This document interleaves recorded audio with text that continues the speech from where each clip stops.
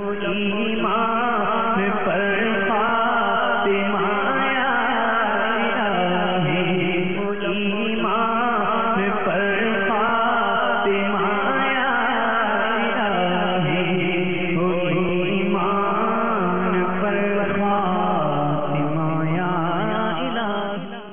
الحمدللہ رب العالمین والصلاة والسلام علی سید المرسلین، اما بعد فاعوذ باللہ من الشیطان الرجیم، بسم اللہ الرحمن الرحیم۔ الصلاة والسلام علیک یا رسول اللہ وعلی آلک واصحابک یا حبیب اللہ۔ الصلاة والسلام علیک یا نبی اللہ وعلی آلک واصحابک یا نور اللہ۔ فرمان مصطفیٰ صلی اللہ تعالی علیہ وآلہ وسلم، جس نے مجھ پر روز جمعہ 200 بار درود پاک پڑھا، اس کے 200 سال کے گناہ معاف ہوں گے۔ صلو علی الحبیب صلی اللہ تعالی علی محمد وعلی آلہ وصحبہ وبارک وسلم۔ شیخ طریقت امیر اہل سنت بانی دعوت اسلامی حضرت علامہ مولانا ابو بلال محمد الیاس عطار قادری رضوی ضیائی دامت برکاتہم العالیہ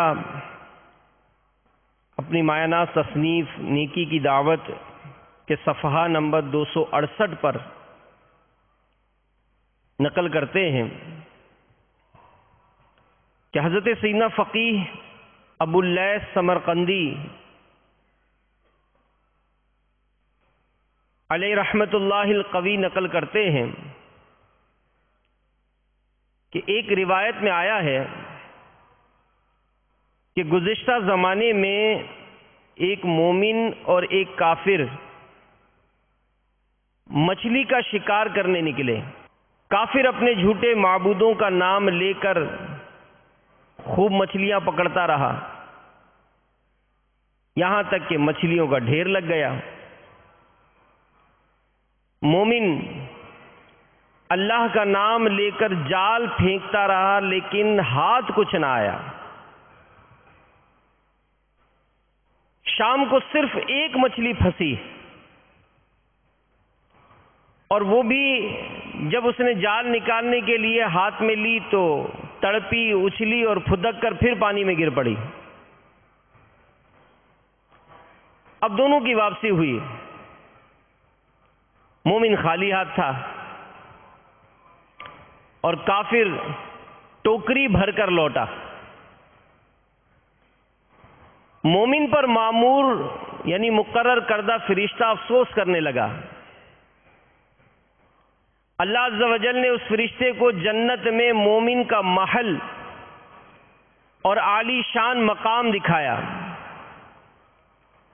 تو فرشتہ بے اختیار پکار اٹھا کہ خدا کی قسم، اس عظیم الشان محل میں داخلے کے بعد اس مسلمان مچھیرے کو مچھلیوں کے شکار میں ناکامی والی مصیبت کی بالکل ہی پرواہ نہ ہوگی۔ اور فرشتے کو جب اللہ تعالیٰ نے جہنم میں کافر کا ٹھکانہ دکھایا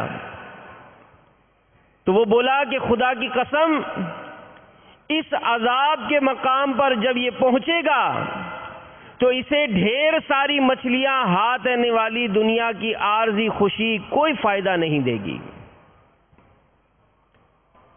تو میرے میٹھے میٹھے اور پیارے پیارے اسلامی بھائیوں اور مدنی چینل کے ناظرین، آج ہمارے وطن عزیز میں بالخصوص کشمیر، پنجاب میں کئی مقامات پر عاشقان رسول طرح طرح کی آفتوں، مصیبتوں کا شکار ہیں، اور بسا اوقات اس آنے والی مصیبت جو کہ در حقیقت ایک مسلمان کے لیے آزمائش ہوتی ہے، اس لیے کہ علماء فرماتے ہیں کہ مومن کو جب کوئی مصیبت یا تکلیف پہنچتی ہے یا تو وہ اسے اس کے گناہ کا کفارہ بنتی ہے اس پر صبر کرنا، یا اس کے درجات کی ترقی کا سبب بنتی ہے. یعنی دونوں صورتوں میں اگر وہ نیک ہے، پرہیزگار ہے، اللہ کا فرما بردار ہے، تب بھی آنے والی مصیبت یہ اس کے لیے ترقی درجات کا سبب بن سکتی ہے. وہ گناہگار ہے، نافرمان ہے، تب بھی یہ مصیبت اس کے اس گناہ کا کفارہ بن سکتی ہے، لیکن شرط ہے صبر کرنا، کہ صبر کیا جائے. بسا اوقات اس طرح کی یا کوئی بھی معاملات میں ہم جب آزمائش میں مبتلا ہوتے ہیں تو غیر مسلموں کی طرف بسا اوقات دھیان پڑتا ہے، اور ان کی ترقیاں، ان کی دولت کی فراوانیاں یہ ہمیں مطلب احساس کمتری کا مبتلا کرتی ہیں. تو یاد رکھیے کہ غیر مسلموں کی دنیاوی ترقیاں اور دولت کی فراوانیاں، مال کی کثرت، یہ قابل رشک نہیں ہے. غریب، تنگ دست، دکھیارے مسلمانوں کی محشر میں عید ہوگی. جیسا کہ ہم نے ابھی حکایت سنی کہ وہ اللہ کا نام لیتا رہا، جال ڈالتا رہا، آزمایا گیا، اسے بظاہر مچھلی نہ ملی، وہ جھوٹے معبودوں کا نام لیتا رہا، مچھلیوں سے اگرچہ اس نے ٹوکرا بھر لیا، لیکن یہ مال، یہ اسباب حاصل کرنا اس کے لیے کوئی قابل فخر بات نہ ہوئی. کیونکہ جس نے مصیبت کا سامنا کیا اور پھر اس پر صبر کیا، تو ایسے لوگوں کو اللہ تبارک و تعالی قیامت کے دن عظیم الشان مرتبہ عطا فرمائے گا. چنانچہ قرآن پاک میں اللہ تبارک و تعالی ارشاد فرماتا ہے، اے ایمان والو صبر کرو، اے ایمان والو صبر کرو، اور صبر میں دشمنوں سے آگے رہو، اور سرحد پر اسلامی ملک کی نگہبانی کرو، اور اللہ سے ڈرتے رہو اس امید پر کہ کامیاب ہو. تو جو صبر کریں گے انہیں اللہ تبارک و تعالی عظیم الشان انعام و اکرام عطا فرمائے گا. چنانچہ پارہ 21 سورۃ العنکبوت آیت نمبر 58-59 میں کچھ یوں ارشاد فرمایا، ترجمہ کنز الایمان، اور بے شک جو ایمان لائے اور اچھے کام کیے، ضرور ہم انہیں جنت کے بالا خانوں پر جگہ دیں گے جن کے نیچے نہریں بہتی ہوں گی، ہمیشہ ان میں رہیں گے. کیا ہی اچھا اجر کام والوں کا، وہ جنہوں نے صبر کیا اور اپنے رب عز و جل ہی پر بھروسہ رکھتے ہیں. تو ہم دنیا میں کئی طرح کے مسائل ہوتے ہیں. اگر صرف یہ سیلاب زدگان، آفت زدوں، مصیبت زدوں کی ہی بات نہیں، ہمیں بھی طرح طرح کی آزمائشیں آتی ہیں. ہم خود بیماریوں میں مبتلا ہو جاتے ہیں، ہمارے بچے بیماریوں میں مبتلا ہو جاتے ہیں، گھر والے آزمائش میں آ جاتے ہیں، والدین بیمار ہو جاتے ہیں، کبھی دنیاوی کام کاج میں کوئی ایسا نقصان کر بیٹھتے ہیں، کبھی کوئی مال چھین جاتا ہے، کوئی نقصان ہو جاتا ہے، کوئی بیماری آ جاتی ہے، کوئی تکلیف آ جاتی ہے. تو میرے میٹھے میٹھے اسلامی بھائیوں، اس موقع پر صبر کا دامن یہ ہاتھ سے ہرگز نہ جانے دیں. قرآن پاک میں پارہ 23 سورۃ الزمر آیت نمبر 10 میں اللہ تبارک و تعالی ارشاد فرماتا ہے، انما یوفی الصابرون اجرہم بغیر حساب. ترجمہ کنز الایمان، صابروں ہی کو ان کا ثواب بھرپور دیا جائے گا بے گنتی. تو اجر و ثواب ہی حاصل کرنا ہے.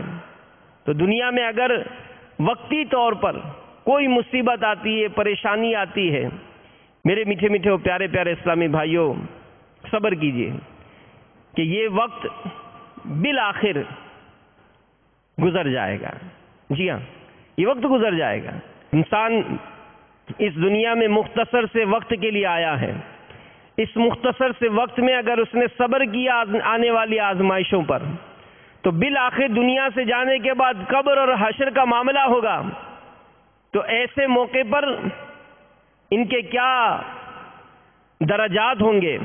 سنیے، حضرت سیدنا ابن عباس رضی اللہ تعالی عنہ سے روایت ہے، شہنشاہ مدینہ، قرار قلب و سینہ، صاحب معطر پسینہ، باعث نزول سکینہ، فیض گنجینہ صلی اللہ تعالی علیہ وآلہ وسلم نے فرمایا، قیامت کے دن شہید کو لا کر حساب کے لیے کھڑا کر دیا جائے گا، پھر صدقہ کرنے والوں کو لایا جائے گا اور حساب کے لیے روک دیا جائے گا، پھر مصیبت زدہ کو لوگوں کو لایا جائے گا اور ان کے لیے نہ تو میزان نصب کیا جائے گا اور نہ ہی ان کا اعمال نامہ کھولا جائے گا، ان پر اجر نچھاور کیا جائے گا۔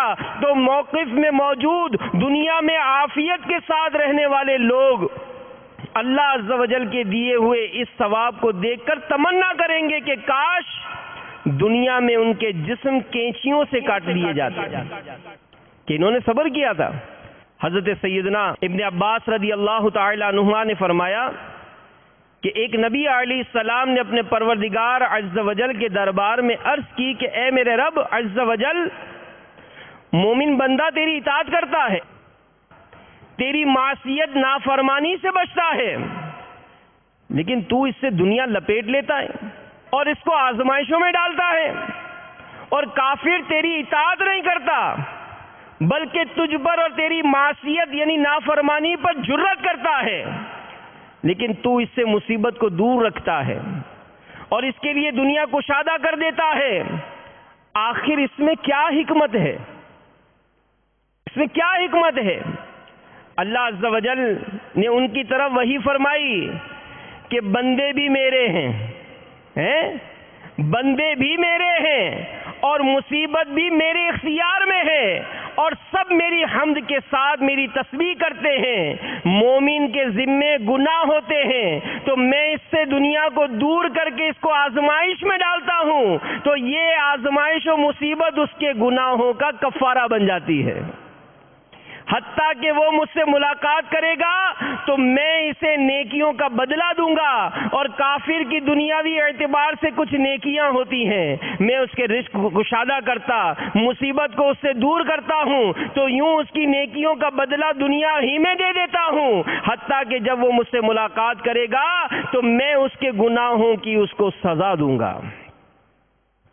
تو چپ رہ سیتا موتی ملسن، صبر کریں تا ہی رہے، تو چپ رہنا پڑے گا، اپنے آپ کو سنبھالنا پڑے گا، ورنہ پھر بسا اوقات عجیب و غریب معاملات ہوتے ہیں۔ امیر علیہ سنت کی بارگاہ میں سوال کیا گیا، ظاہر ایسے جب آزمائش کے دن آتے ہیں نا تو پھر عورتیں ہوں، مرد ہوں، بوڑھے ہوں، بالکل بے لگام تبصرے ہوتے ہیں۔ سوال ہوا کہ اگر کوئی یوں کہے کہ اللہ تبارک و تعالیٰ کے گھر کا تو سارا نظام ہی الٹا ہے، تو کیا حکم شرعی ہے؟ جواب، ایسا کہنے والا کافر ہو گیا، کیونکہ مذکورہ جملہ رب مبین عز و جل کی شدید ترین توہین ہے۔ تو ہم اللہ تعالیٰ سے دعا کرتے ہیں کہ اللہ ہمارا ایمان سلامت رکھنا۔ اور حقیقت ہے کہ ایسے موقع پر صبر جب ملتا ہے نا، یعنی کہ جب ذہن ہوتا ہے تبھی یہ معاملات انسان اپنے آپ کو سنبھال سکتا ہے، ورنہ آزمائش بہت ہو جاتی ہے۔ تو فضیلت اگر سامنے ہوگی، فضائل سامنے ہوں گے کہ صبر کرنے پر اجر ہے، صبر کرنے پر اجر ہے، جیسا کہ فتح موصلی رحمت اللہ تعالی علیہ، آپ کی زوجہ محترمہ کو ٹھوکر لگی، پیر میں ٹھوکر لگی، تو ایسا شدید ٹھوکر ہوئی کہ پاؤں کا جو ناخن تھا نا انگوٹھے کا وہ نکل گیا۔ اب آپ یاد کریں جب کبھی اگر ناخن نکلا ہو تو کیسی تکلیف ہوتی ہے، لیکن بجائے ہائے ہو کرنے کے وہ مسکرانے لگیں۔ تو فتح موصلی علیہ رحمہ بڑے حیران، کسی نے پوچھا کہ یہ ناخن نکلنے پہ درد نہیں ہو رہا؟ تو کہا کہ درد تو ہو رہا ہے، لیکن اس صبر پر جو اجر ملے گا اسے یاد کر کر کے مسکرا رہی ہوں۔ زباں پر شکوائے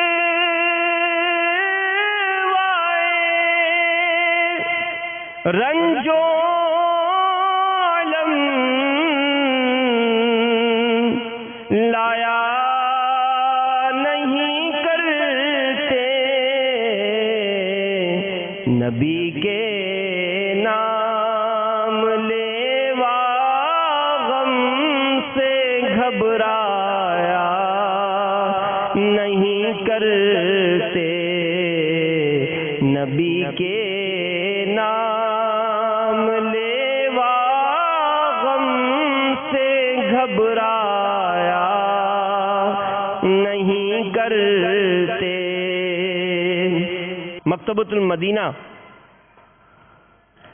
کی مطبوعہ عیون الحکایات حصہ اول صفحہ 175 پر ہے کہ حضرت سیدنا سعید بن مسیب رحمت اللہ تعالی علیہ فرماتے ہیں کہ ایک مرتبہ سیدنا لقمان حکیم علیہ رحمت اللہ الرحیم نے اپنے بیٹے کو نصیحت کی، فرمایا اے میرے بیٹے، جب بھی تجھے کوئی مصیبت پہنچے تو اسے اپنے حق میں بہتر جان، اور یہ بات دل میں بٹھا لے کہ میرے لیے اسی میں بھلائی ہے، اگرچہ وہ مصیبت ہی نظر آ رہی ہو لیکن حقیقت میں وہ تیرے حق میں بہتر ہوگی۔ تو یہ سن کر آپ رحمت اللہ تعالی علیہ کا بیٹا کہنے لگا کہ ابا جان، آپ نے جو کچھ کہا وہ میری سمجھ میں آ گیا، لیکن یہ بات میرے بس میں نہیں ہے کہ میں ہر مصیبت کو اپنے لیے بہتر سمجھوں، میرا یقین اتنا پختہ نہیں ہوا۔ جب لقمان حکیم علیہ رحمت اللہ الرحیم نے اپنے بیٹے کی بات سنی تو فرمایا کہ میرے بیٹے، اللہ عز و جل نے دنیا میں وقتاً فوقتاً انبیاء کرام علیہم الصلاۃ والسلام مبعوث فرمائے ہیں، ہمارے زمانے میں بھی اللہ کے نبی ہیں، تو چلو آؤ ہم اس نبی کی صحبت بابرکت سے فیضیاب ہونے کے لیے چلتے ہیں، ان کی باتیں سن کر تیرے یقین کو تقویت حاصل ہوگی۔ تو آپ رحمت اللہ تعالی علیہ کا بیٹا تیار ہو گیا، چنانچہ انہوں نے سامان سفر اختیار کیا، خچروں پر سوار ہو کر اپنی منزل کی طرف روانہ ہو گئے۔ کئی دن رات انہوں نے سفر جاری رکھا، راستے میں ایک ویران جنگل آیا، اپنے سامان سمیت جنگل میں داخل ہو گئے۔ اللہ تعالیٰ نے جتنی ان کو ہمت دی انہوں نے جنگل کا سفر طے کیا۔ دوپہر ہو گئی، گرمی اپنے زوروں پر تھی، گرم گرم ہوائیں چل رہی تھیں، دری اثنا ان کا پانی کھانا وغیرہ سب ختم ہو گیا، خچر بھی تھک چکے تھے، پیاس کی شدت سے وہ بھی ہانپنے لگے۔ یہ دیکھ کر لقمان حکیم اور آپ کا بیٹا خچروں سے نیچے اتر آئے اور پیدل چلنے لگے۔ چلتے چلتے سیدنا لقمان رضی اللہ تعالیٰ عنہ کو بہت دور ایک سایہ اور دھواں نظر آیا۔ آپ رحمت اللہ تعالیٰ علیہ نے گمان کیا کہ وہاں شاید کوئی آبادی ہے اور یہ کسی درخت کا سایہ ہے، چنانچہ آپ اس طرف چلنے لگے۔ راستے میں آپ رحمت اللہ تعالیٰ علیہ کو بیٹے کو ٹھوکر لگی اور اس کے پاؤں میں ایک ہڈی چبھی، اور وہ بھی اس طرح کے نیچے تلوے میں وہ ہڈی چبھی یہاں تک کہ وہ پھاڑ کر اوپر نکل آئی۔ وہ تکلیف کی شدت سے بیٹا تو گر گیا، بے ہوش ہو گیا۔ لقمان حکیم رضی اللہ تعالیٰ عنہ نے اپنے سینے سے بیٹے کو لگایا، بڑی مشکلوں سے دانت سے اس ہڈی کو نکالا۔ بیٹا بہت تکلیف میں تھا، آپ کی آنکھوں سے آنسو نکل پڑے۔ جب بیٹے نے باپ کے چہرے پر آنسو دیکھے تو کہنے لگا کہ ابا جان، آپ تو مجھ سے فرما رہے تھے کہ ہر مصیبت میں بھلائی ہے، لیکن اب میری اس مصیبت کو دیکھ کر آپ رونے کیوں لگے؟ اور یہ مصیبت میرے حق میں بہتر کیسے ہو سکتی ہے؟ حالانکہ ہمارے کھانے پینے کی اشیاء ختم ہو چکی اور ہم اس ویران جنگل میں تنہا ہیں۔ اگر آپ مجھے یہیں چھوڑ جائیں گے تو یہ درندے جانور مجھے چیر پھاڑ کھائیں گے، اور آپ اتنی ہمت نہیں رکھتے کہ مجھے اٹھا کر لے چلیں۔ تو اب آپ خود ہی بتائیں کہ اس مصیبت میں ہمارے لیے کیا بہتری ہے؟ تو بیٹے کی یہ باتیں سن کر سیدنا لقمان رحمت اللہ تعالی علیہ نے فرمایا کہ میرے بیٹے، میرا رونا اس وجہ سے تھا کہ میں ایک باپ ہوں، اور ہر باپ کا اپنی اولاد کے دکھ درد کی وجہ سے غمگین ہو جانا یہ ایک فطری عمل ہے۔ باقی رہی ہے بات کہ اس مصیبت میں تمہارے لیے کیا بھلائی ہو سکتی ہے، تو ہو سکتا ہے اس چھوٹی مصیبت میں تجھے مبتلا کر کے تجھ سے کوئی بڑی مصیبت دور کر دی گئی ہو، اور یہ مصیبت اس مصیبت کے مقابلے میں چھوٹی ہو جو تجھ سے دور کر دی گئی۔ آپ رحمت اللہ تعالی علیہ کا بیٹا خاموش ہو گیا۔ پھر آپ رحمت اللہ تعالی علیہ نے سامنے نظر کی تو اب نہ وہاں دھواں تھا نہ کوئی سایہ۔ آپ رحمت اللہ تعالی علیہ دل میں کہنے لگے کہ میں نے تو اس طرف دھواں اور سایہ دیکھا تھا، وہ کہاں غائب ہو گیا؟ ہو سکتا ہے کہ ہماری پروردگار عز و جل نے ہماری مدد کے لیے کسی کو بھیجا ہو۔ آپ اسی سوچ و بچار میں تھے کہ آپ رحمت اللہ تعالی علیہ کو دور ایک شخص نظر آیا جو سفید لباس زیبتن کیے، سفید امامہ سر پر سجائے، چت کبرے گھوڑے پر سوار آپ رحمت اللہ تعالی علیہ کی طرف بڑی تیزی سے بڑھا چلا جا رہا تھا۔ آپ رحمت اللہ تعالی علیہ اس سوار کو اپنی طرف آتا دیکھا، یہاں تک کہ وہ قریب آ گیا، پھر وہ اچانک نظروں سے اوجھل ہو گیا۔ پھر ایک آواز سنائی دی، کیا تم ہی لقمان ہو؟ فرمایا جی میں لقمان ہوں۔ پھر آواز آئی کیا تم حکیم ہو؟ آپ رحمت اللہ تعالیٰ نے فرمایا کہ ہاں مجھے ہی لقمان حکیم کہتے ہیں۔ پھر آواز آئی تمہارے اس ناسمجھ بیٹے نے تم سے کیا کہا ہے؟ سیدنا لقمان رحمت اللہ تعالیٰ نے فرمایا کہ اللہ کے بندے تو کون ہے؟ ہمیں سے تیری آواز سنائی دے رہی ہے، تو نظر نہیں آ رہا۔ آواز آئی کہ میں جبرائیل ہوں علیہ السلام، مجھے صرف انبیاء کرام اور مقرب فرشتے ہی دیکھ سکتے ہیں، اس وجہ سے میں تجھے نظر نہیں آ رہا۔ سنو، میرے رب عز و جل نے مجھے حکم دیا کہ میں فلاں شہر اور اس کے آس پاس کے لوگوں کو زمین میں دھسا دوں۔ مجھے خبر دی گئی کہ تم دونوں بھی اسی شہر کی طرف آ رہے ہو۔ میں نے اپنے پاک پروردگار عز و جل سے دعا کی وہ تمہیں شہر میں جانے سے روکے، لہٰذا اس نے تمہیں اس آزمائش میں ڈال دیا، تیرے بیٹے کے پاؤں میں ہڈی چبھ گئی۔ اس طرح تم اس چھوٹی مصیبت کی وجہ سے اس ایک بہت بڑی مصیبت یعنی زمین میں دھسنے سے بچ گئے ہو۔ سیدنا جبریل علیہ السلام نے اپنا ہاتھ اس زخمی لڑکے کے پاؤں پر پھیرا، زخم فوراً ٹھیک ہو گیا۔ آپ علیہ السلام نے اپنا ہاتھ مبارک برتن پر پھیرا جس میں پانی بالکل ختم ہو چکا تھا، ہاتھ پھیرتے ہی وہ برتن پانی سے بھر گیا۔ جب کھانے والے برتن پر ہاتھ پھیرا تو وہ کھانے سے بھر گیا۔ پھر جبریل علیہ السلام نے سیدنا لقمان رضی اللہ تعالیٰ عنہ آپ کے بیٹے آپ کے سواریوں سمیت اٹھایا، اور کچھ ہی دیر میں آپ رحمت اللہ تعالیٰ علیہ اپنے بیٹے اور سارے سامان سمیت اپنے گھر میں موجود تھے۔ اللہ عز و جل کی ان پر رحمت ہو اور ان کے صدقے ہماری بے حساب مغفرت ہو۔ تو بس شکوہ نہ کریں، شکوہ نہ کریں کہ بندے کی بھلائی یہ صبر میں ہے۔ محمد بن سلمہ رضی اللہ تعالی عنہ روایت کرتے ہیں کہ بارگاہ رسالت مآب صلی اللہ علیہ وآلہ وسلم میں ایک شخص نے حاضر ہو کر عرض کی، یا رسول اللہ صلی اللہ علیہ وآلہ وسلم، میرا مال اجڑ گیا، میرا جسم بیماریوں کی نظر ہو گیا۔ حضور علیہ الصلوۃ والسلام نے ارشاد فرمایا کہ جسے مالی اور جسمانی آزمائش میں مبتلا نہ کیا جائے اس بندے میں تو بھلائی نہیں، اور اللہ تعالیٰ جب کسی بندے سے محبت فرماتا ہے اسے کسی آزمائش میں مبتلا کر دیتا ہے۔ بندہ جب اس آزمائش میں مبتلا ہونے پر صبر کرتا ہے اللہ تعالیٰ اسے بغیر حساب کے اجر عطا فرماتا ہے۔ یہ مال کس نے دیا؟ رب نے دیا۔ یہ آسائشیں کس نے دی؟ رب نے دی۔ تو اللہ کی رضا پر راضی رہنے میں ہی عافیت ہے کہ زباں پر شکوہ رنج و علم لایا نہیں کرتے، نبی کے نام لیوا غم سے گھبرایا نہیں کرتے۔ تو ہم میرے میٹھے میٹھے اسلامی بھائیوں اس مصیبت پر آنے پر اگر اپنی کیفیات پر غور کریں نا تو اب بتائیں کہ اگر کوئی دنیا میں ہمیں کوئی کام کہے اور ہم اس کے کام نہ کریں تو جب ہمیں کبھی اس سے کام پڑے تو ہمارا منہ بنتا ہے اس سے کام کہنے کے لیے کہ یار اس نے تو اتنے کام کیے، میں نے تو ایک کام نہیں کیا۔ تو اب سوچیں، غور کریں کہ رب تعالیٰ عز و جل نے اتنے احکامات ارشاد فرمائے کیا معلوم میرے کسی نافرمانی ہی کی سبب سے ہو.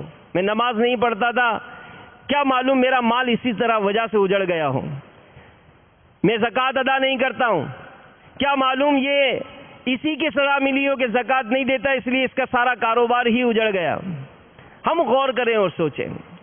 حضرت بایزید بسطامی رحمت اللہ تعالی علیہ یہ کسی جگہ سے گزر رہے تھے، دیکھا کہ ایک بچہ کیچڑ میں گر گیا، اس کے کپڑے جسم یہ کیچڑ سے لتھڑ گئے، گندا ہو گیا بالکل. لوگ دیکھتے اور گزر جاتے، کسی کو پرواہ نہیں تھی. کہیں دور سے ماں نے